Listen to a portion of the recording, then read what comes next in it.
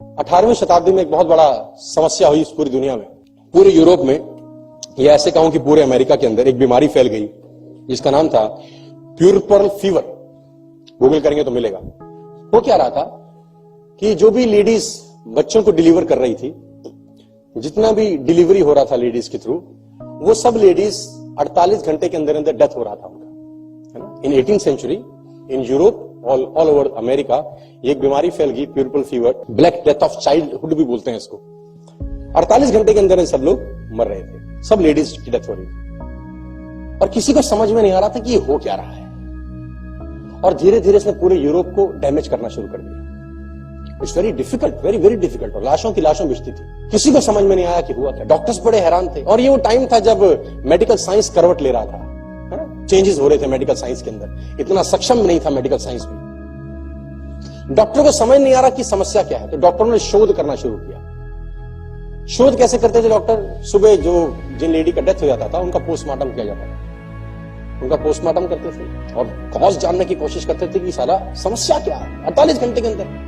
और कुछ हॉस्पिटल्स के अंदर ये डेथ रेट 70% से भी ऊपर चला गया। लेडीज की डेथ हो रही थी बिकॉज ऑफ डिलीवरीज। और डॉक्टर को समझ नहीं आया कि हुआ क्या। सुबह पोस्टमार्टम करते, कुछ मिलता नहीं, और शाम को फिर अपना डिलीवरी करते और अपने राउंड्स पे चले जाते। और इस घटना के बहुत सारे सालों के बाद भी उनको कुछ समझ नहीं आया। डॉक्टर ऑलिवर वेंडल होम्स करके एक डॉक्टर आए, उन्होंने बोला मुझे तुम्हारी समस्या समझ में आ गई, अगर तुम मेरी बात सुनो तो मेरे पास तुम्हारी समस्या का समाधान है। तो डॉक्टर ने बोला सर क्या बताइए, हम तो तड़प रहे हैं, इतने साल हो गए। तो डॉक्टर ने बोला यू आर द प्रॉब्लम, तुम ही समस्या है। तो उन्होंने बोला हम कैसे समस्या है?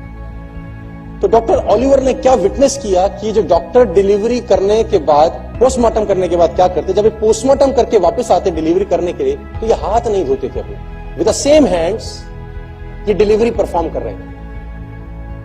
Because of the reaction, germs, ये लेडीज का डेथ होना शुरू हो गया। डॉक्टर ने बोला यू आर द प्रॉब्लम। ये लोग बड़े मजाक उड़ाए, बोला गेट लॉस्ट, हम कैसे प्रॉब्लम हो सकते। किसी ने उनकी बात नहीं मानी। अगले 30 वर्ष तक यही होता रहा सर। फिर अचानक कोई बीच में से निकल के आया, उसने बोला एक बार डॉक्टर की बात मान के देखते। उन्होंने सिंपल हाथ धोने शुरू करे, उन्होंने सिंपल अपने इंस्ट्रूमेंट को स्टेरिलाइज करना शुरू किया, और वो सारा का सारा प्रॉब्लम एक दिन में ही डिसअपियर हो गया। तो my lesson to you, if you are not successful my dear friends, sometimes you are the problem. आप समस्या हो, कोई और समस्या नहीं है आपकी असफलता के कारण। इधर उधर दाएं बाएं झांकने का जरूरत नहीं है। अगर खुद को ठीक कर लेंगे ना तो सब कुछ ठीक हो जाएगा। हम लोग खुद के अलावा सब ठीक करना चाहते हैं बस।